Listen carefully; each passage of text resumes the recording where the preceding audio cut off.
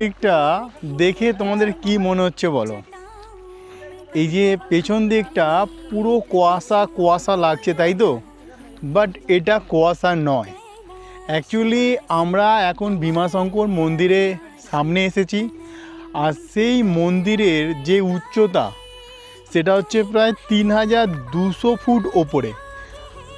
আর এই যে ওপরে যে মানে এতটা ওপরেই আমরা উঠেছি, যার ফলে মেঘ চলে এসছে আমাদের কাছে। আর এখন সময় ঘড়ি কাটায় প্রায় 7:05 বাকি আছে।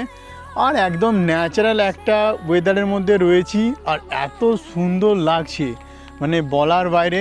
কালকে সকালবেলায় তোমাদেরকে দেখাবো যদি মেঘ না থাকে এই জায়গাটা। আর এখন তোমাদেরকে এই বিকেলের পরিস্থিতিটা দেখাচ্ছি। এই সাইডটা পুরো জঙ্গল, আর এখানে মহাদেবের সব নন্দীরা এখানে সব সময় যাতায়াত করছে, দেখতেই পাচ্ছ।